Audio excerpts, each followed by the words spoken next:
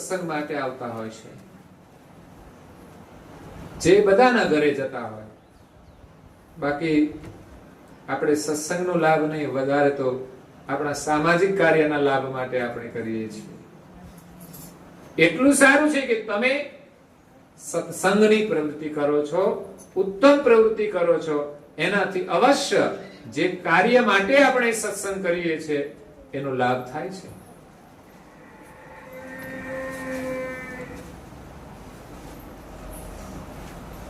એક ભાઈ કાલે પારાયણ લખાવવા માટે આવ્યા. મને કે સાંજે આવશો? મેં કે સાંજે નહીં આવે તો નહીં ચાલે, સવારે આવીશું. મેં કે સાંજે કોઈ હોય નહીં એટલે મેં કે અમે તો હોઈએ નહીં, કે અમારા માટે અમે રાખીએ છીએ. બીજા કોઈ આવે કે ના આવે પણ અમે તો અમારા માટે રાખીએ છીએ. એક વાત સારી પણ છે કે પોતાના માટે તમે કરો, તમારી ભાવનાથી કરો, એ તમારા માટે સારી વાત છે. પણ સત્સંગ તો બધાના માટે છે, બધાને લાભ મળે એના માટે તમે આયોજન કરો. અને આપણે પણ એવું નહીં કે માત્ર સામાજિક કાર્ય માટે કરીએ, આપણા કલ્યાણ માટે આપણે કરવાનું છે. એટલે મોટા લોકોને સમય મળતો નથી, પરંતુ આપણા જીવનનો આ નિત્ય ક્રમ છે એ પ્રથમ કરવો જોઈએ. અને એની સાથે દરેક કામને જોડી દો, બધા જ કામ તમારા પૂર્ણ થઈ જશે. અને જે લોકો ભજન સ્મરણ છોડીને કરે છે એના કામ કઈ પૂરા થઈ જતા, એ એક દિવસ પૂરા થઈ જાય, એક દિવસ એ પૂરા થઈ જાય છે.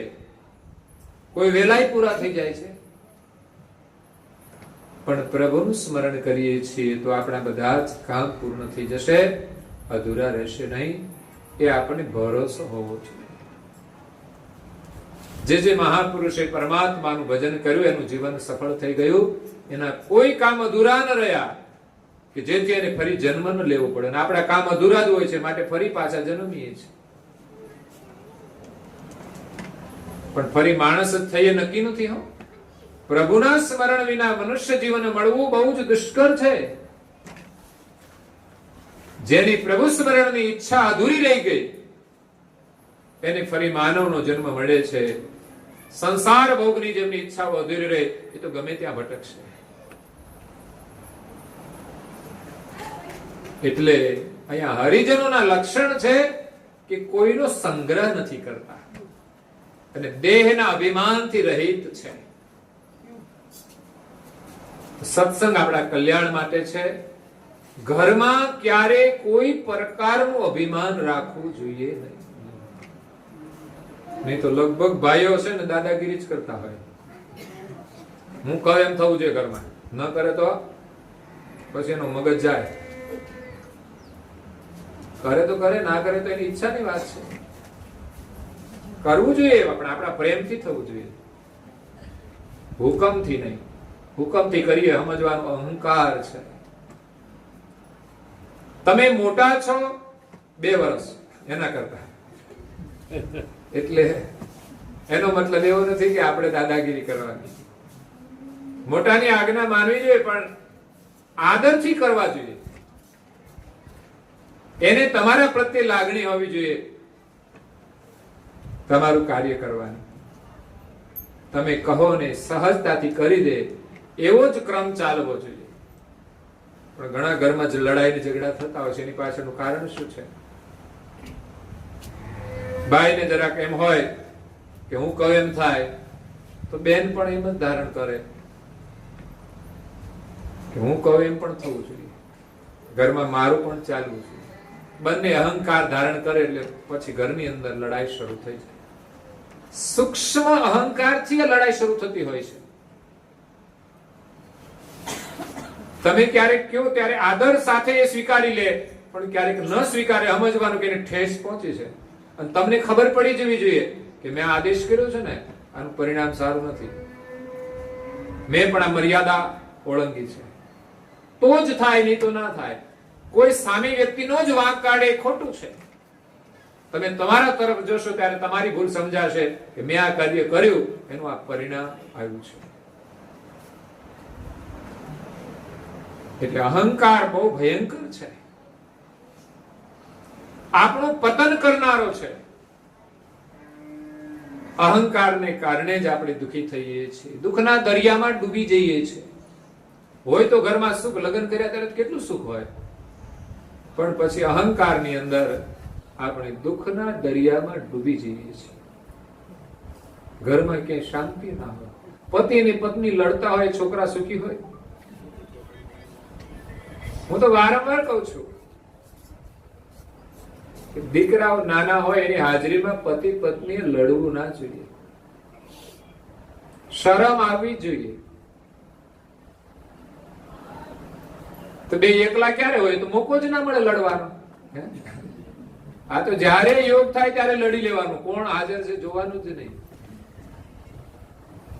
ખરેખર છોકરાની મર્યાદા ના રાખવી જોઈએ. છોકરા હોય ને તમે લડો એ કેવું લાગે?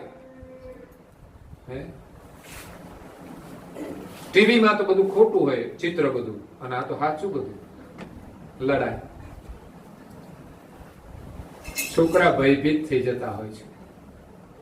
બંને લડતા હોય ને એની બહુ જ ઉલટી અસર પડતી હોય છે. પછી તો જાણે એને અભ્યાસ થઈ જાય. હા, એટલે આવું વાતાવરણ આપણા ઘરમાં હોવું જોઈએ નહીં. તમને બધાને એમ થશે કે અમે તો કોઈ દિવસ લડતા જ નથી, પણ અમે કોઈના ઘરમાં જઈએ ત્યારે દેખાય છે લડતા લોકો. એક નાની વાતમાં પણ એની લડાઈ દેખાય. હા, પછી અમને ખબર હોય કે ગયા પછી મોટી થતી હોય છે. નાની વાતમાં એકબીજા તણાઈ જાય ને, અમારી હાજરીમાં પણ તણાય, તો બાળકોની હાજરીમાં શું ન થાય? શું તમે બાળકોની હાજરીમાં ખેંચતાણ નથી કરતા? આદેશ નથી કરતા? હુકમ નથી કરતા? ગમે તેમ નથી બોલાવતા? થતું જશે થોડું ઘણું. ગુસ્સે નથી થતા? સંભવ જ નથી. હે, ભાગ્યે જ કોઈ ભાઈઓ હશે બહેનો પર ગુસ્સો નહીં કરતા, અને કોઈ કોઈ બહેનો એવા હશે કે કદાચ ભાઈઓ પર ગુસ્સો કરતા હશે.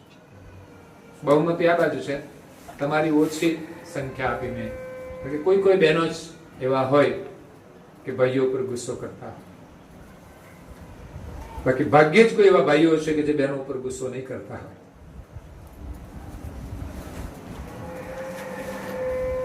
એનો મતલબ એવો નથી કે ઘરમાં બહેનોનું ચાલે છે. ઘણી વાર લોકો ઉલટા અર્થ કરતા હોય છે કે ગુસ્સો ના કરે, એની સાથે પ્રેમથી વ્યવહાર કરે, એની કઈક વાત માને તો લોકો એમ કે આ તો એ ઘરમાં એનું ચાલે છે, તો શું ઘરમાં પત્નીનું માનવાનું જ નહીં કશું?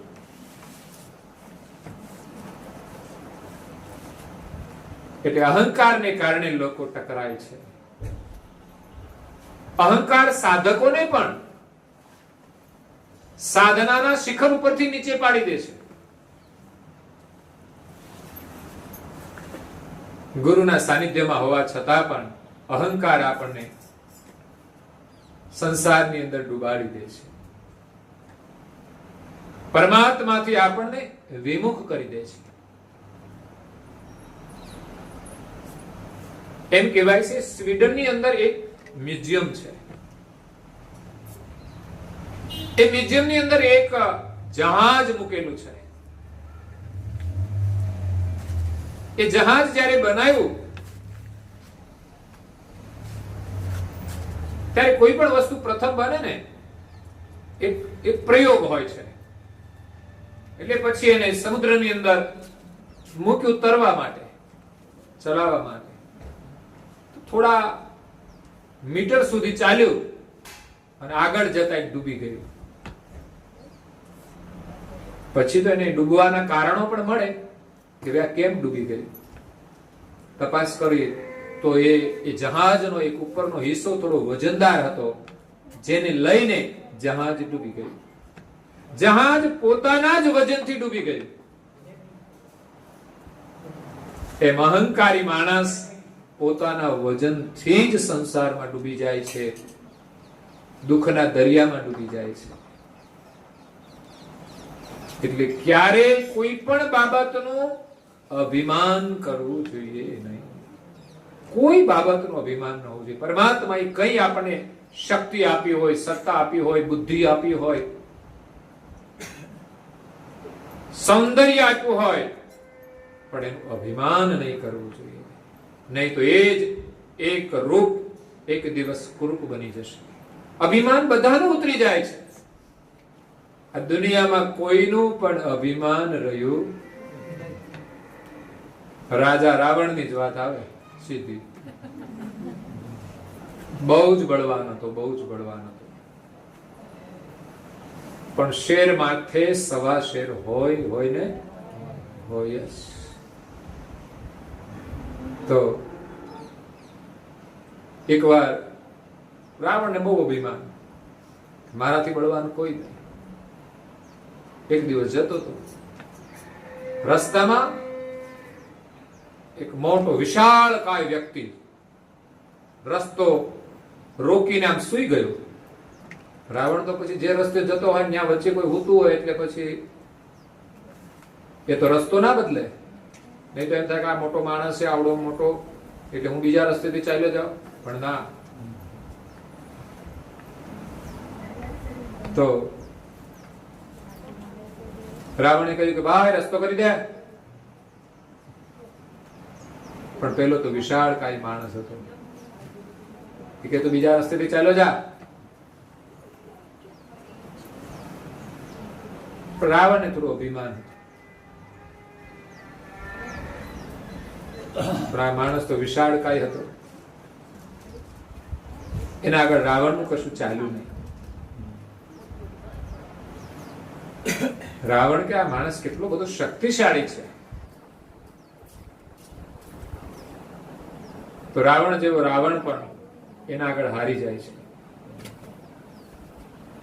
એટલે શેરના માથે કોઈ સવા શેર હોય, કોઈ વસ્તુનું અભિમાન કરવું જોઈએ નહીં, કોઈ પણ બાબતનું અભિમાન કરવું જોઈએ.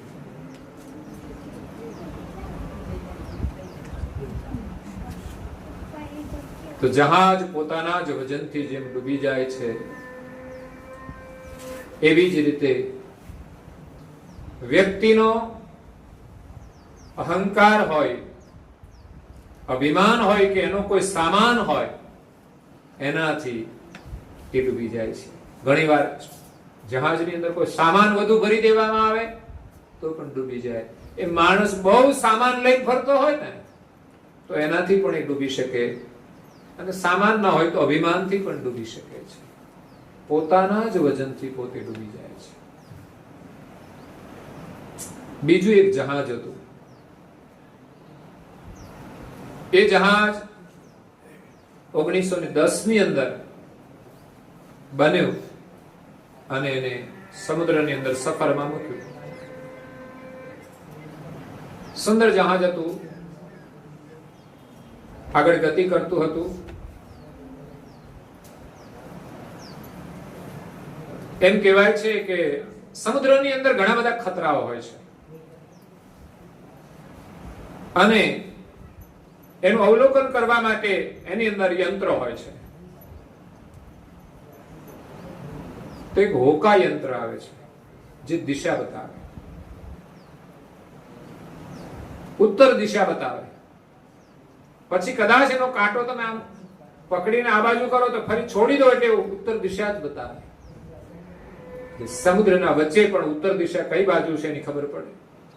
અંધારામાં જતા હોઈએ તો પણ ખબર પડે કે ઉત્તર દિશા આ બાજુ છે, આપણે કઈ દિશામાં જવાનું છે.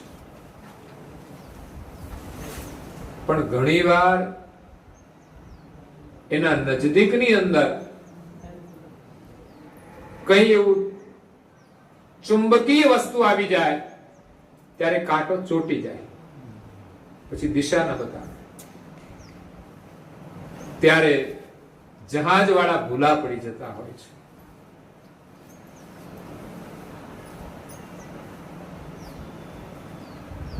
તો આ જહાજની અંદર એ જે દિશા સૂચક યંત્ર હતું એની એક સ્પેશિયલ વ્યવસ્થા હતી. સમુદ્રની અંદર કઈ જગ્યાએ દુશ્મનો છે, કઈ જગ્યાએ ખતરો છે, એ બધું જોવાનું એક કેબિન હતું અને એને લોક કરી રાખ્યું હતું. પણ ચાવી ખોવાઈ ગઈ. વચ્ચે ચાવી કઈ ખોવાઈ ગઈ તો હવે જોવું કેવી રીતે, ખબર ન પડે. તો આગળ કંઈક ભયંકર ખતરો આવ્યો અને ખતરાની અંદર આ જહાજ ડૂબી ગયું. ઇતિહાસ એની નોંધ લીધી છે કે આ જહાજ ડૂબવાનું કારણ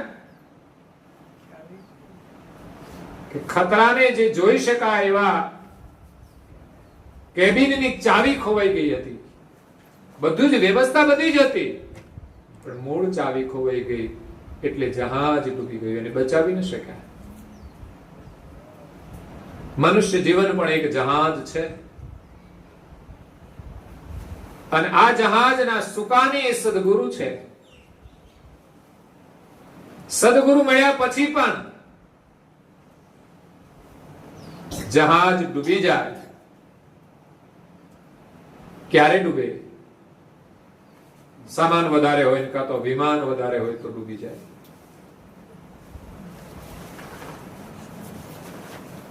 સદગુરુ છે, પરંતુ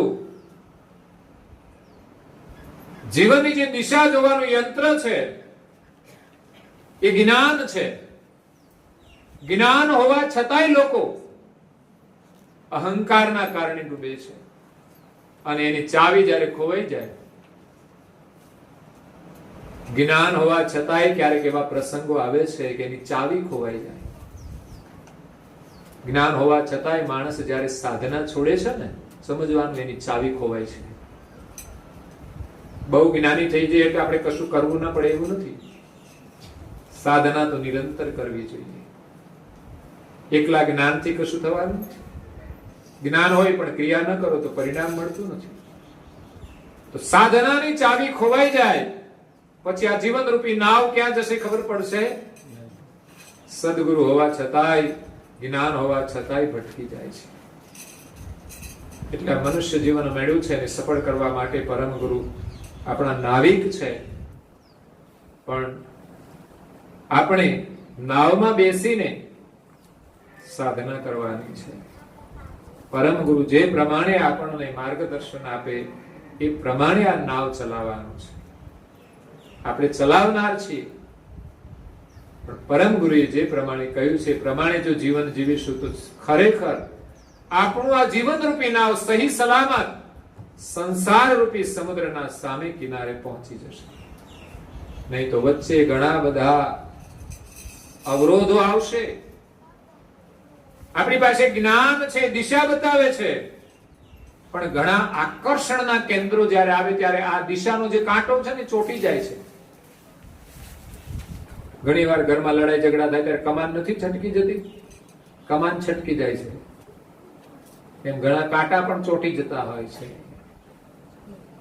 એટલે સમજણ બહુ મહત્વની છે કે આપણો કાંટો ફ્રી રાખે, દિશા બતાવે. એના માટે જ્યારે જ્યારે મુશ્કેલી આવે ને ત્યારે કાંટા છે ને દિશા નથી બતાવતા. તમે જોજો, જેમ આવે એમ કરી નાખે લોકો, મનનું ધાર્યું કરી નાખે. પછી મન આપણા ધારામાં રહેતું હશે, પણ ક્યારેક મુશ્કેલી આવે, પ્રતિકૂળતા આવે ત્યારે મન આપણું કયું કરે છે કે મનના કયા પ્રમાણે આપણે કરીએ છીએ.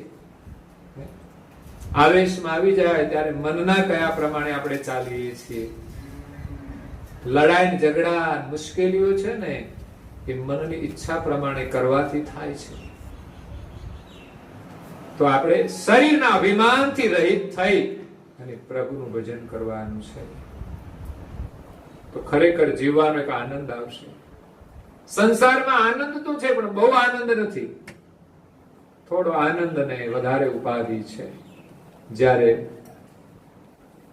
પરમાત્માનું સ્મરણ કરવા માટે વધારે આનંદ છે અને ઉપાધિ બહુ ઓછી છે.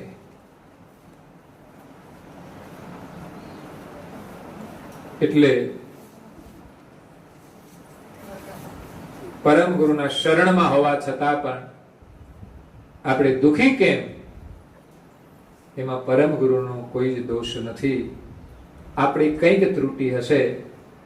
કોઈ મહાપુરુષે કહ્યું છે કે મંજિલ કે કરીબ આકર કોઈ ક્यों रुक जाता है. આમ સ્થળ નજીક આવી જાય છતાં પણ લોકો ઉભા રહી જાય સાધનામાંથી. કેમ આવું થાય છે? થાકી જાય લોકો, બહુ ચાલે ને પછી નજીક આવવાનું થાય ત્યાં જ થાકી જાય. એમ કામ પૂરું થવાનું હોય ને કામ બગડી જાય છે. બોલો, ઘણા લોકો આખી જિંદગી ભેગા રહ્યા અને 60 વર્ષે છૂટાછેડા લે. વિચાર કરો, આવા જ લોકો છે. 60 વર્ષે છૂટાછેડા લે, 60 વર્ષે પછી લડે. तो मंजिल करीब आकर कोई क्यों रुक जाता है, संघर्षों को पार करके कोई क्यों थक जाता है. જીવનમાં ઘણા બધા સંઘર્ષો સહન કર્યા અને પછી પાછા થાકી જાય છે. છેલ્લે છેલ્લે થોડા સંઘર્ષોમાં થાકી જાય છે કે હવે કંટાળી ગયા છે તમારાથી. ખરેખર તો પછી તો હિંમત આવી જોઈએ. જીવનમાં આવી મુશ્કેલીઓ તો કઈ આવી ગઈ, આપણા માટે આમ સામાન્ય થઈ જવી જોઈએ. પણ પછી નાની નાની મુશ્કેલીઓ પણ આપણને થકાવી દેતી હોય છે. करीब सदगुरु से रहने वाला उनसे क्यों दूर हो जाता है. परम गुरुना नजीक होवा छતાં એનાથી દૂર થઈ જાય છે. ऐसा होता है इसलिए कि इंसान अपनी औकात भूल जाता है. આપણે આપણને જ્યારે ભૂલી જઈએ ત્યારે આવી મુશ્કેલીઓ ઊભી થાય છે. अहंकार के कारण खुद को खुदा समझने लगता है कि હું કંઈક છું. ઘરમાં કંઈક આપણે અભિમાનના કારણે આપણી જાતને કંઈક જુદું જ માનતા હોઈએ છીએ. अहम वश वो सदगुरु की लीला समझ नहीं पाता है. સદગુરુની કરુણા છે એને સમજી નથી શકતા. અહંકારના કારણે ऐसा इसलिए होता है कि व्यक्ति अपनी औकात को भूल जाता है. કૈવલધામવાસી રમણભાઈની પાવન સ્મૃતિમાં એમના બંને દીકરાઓની હાર્દિક ભાવનાથી સદગત આત્માની શ્રદ્ધાંજલિ રૂપે આજના દિવ્ય સત્સંગનું પારાયણનું આયોજન કર્યું છે. ખરેખર સદગત આત્માને શાંતિ તો મળે છે, કલ્યાણ તો સ્વયં કરવાનું છે. પણ વિશેષ આપણા સૌના કલ્યાણ માટે આ સત્સંગ પારાયણનું આયોજન કરવામાં આવ્યું છે કે એમના જે પરિવારજનો છે એમને એમના વડીલના આશીર્વાદ મળે કે મારા પાછળ એવું કાર્ય કરજો કે એમાં તમારું કલ્યાણ થાય. તમારું કલ્યાણ થાય એમાં જ મને શાંતિ મળશે. આ વર્તમાન લોકોના લાભ માટે છે, ગયા છે એના નિમિત્તે છે. એક દીકરાની સ્થિતિ તો સારી નથી, તો આ શરીરની અને જીવનની પરિસ્થિતિ છે કર્મ પ્રમાણે. તો એને લાભ લેવો હોય તો પણ એ વધારે લઈ ન શકે. શરીર જો આપણું સંપૂર્ણ સ્વસ્થ ન હોય ત્યારે આપણે આવો લાભ ન લઈ શકીએ, સ્વાભાવિક છે. એટલે ઉંમરવાળા કે અમારે ભગવાનનું ભજન કરવું છે પણ શરીર કામ કરતું નથી, પગ દુખે છે, પેલું થાય છે, પેલું થાય છે. એટલે શરીર ક્ષણભંગુર છે, સમય જતા એની એ પરિસ્થિતિ થવાની છે. સારું હોય ત્યાં સુધી આ લાભ લઈ લે છે. તો સદગત આત્મા રમણભાઈની પાવન સ્મૃતિમાં આપણે સૌ પરમ ગુરુના શરણમાં પ્રાર્થના રૂપી શ્રદ્ધાંજલિ અર્પણ કરીએ કે સદગત આત્માની પરમ શાંતિ મળે, એનું કલ્યાણ થાય, એનો પુનઃજન્મ મનુષ્ય શરીરમાં થાય અને ઉત્તમ પરિવારમાં થાય અને આપણા શરણમાં રહે અને આપની ભક્તિ કરીને એનું જીવન સફળ કરે અને આપ સૌના ઉપર પરમ ગુરુની કૃપા બની રહે. આજે તમે પરમ ગુરુના 2 વચનામૃત શ્રવણ કર્યા છે ત્યારે ચોક્કસ તમને બધાને એના આશીર્વાદ મળ્યા છે. એની કૃપાથી તમે બધા જ સુખી રહેશો, તમારા બધાનું કલ્યાણ થશે, તમને સૌને કલ્યાણની પ્રેરણા મળશે. તો આ સાથે પરિવારજનોને પરમ ગુરુના ખૂબ આશીર્વાદ છે કે પેઢી સુધી પરમ ગુરુની ભક્તિના જે સંસ્કાર છે જીવંત રહે, એમના આશીર્વાદ પેઢીગત સુધી મળતા રહે અને પરિવાર સુખી રહે એવી પરમ ગુરુના શરણમાં પ્રાર્થના સાથે અહીંયા કથાને આપણે વિરામ આપીએ છીએ. અસ્તુ સત્કેવલ સાહેબ જય. આ રોજનો નિયમ બનાવવાનો છે. પછી કાયમ તમે સવારે ને સાંજે બેનો બોલાવો તો વધારે સરસ. બધાને આવડવું જોઈએ. બાળકો હોય તો બાળકો પણ બોલાવે. વાંચતા આવડે બધા જ બોલાવી શકે. તમને આમ ના આવડે પણ વાંચીને તો તમે જરૂર કરી શકો છો. એટલા સંસ્કાર આવી જાય તો પણ સારું છે. જેને આવડે છે એની ક્યાં ચિંતા છે રમીલાબેન? આ તો તમારા ઘરે તમારે આશીર્વાદ લેવાના છે. આવા કામમાં કેમ સોંપી દો? તમારે કઈ જો વ્યવહાર કરે ને પછી આ કે ઓલા ના આપી દો, ઓલા ના આપી દો, એમ જ કહી દેવાનું. પેલા ના આપી દો, બીજા ના આપી દો, આપી દો, આપી દો.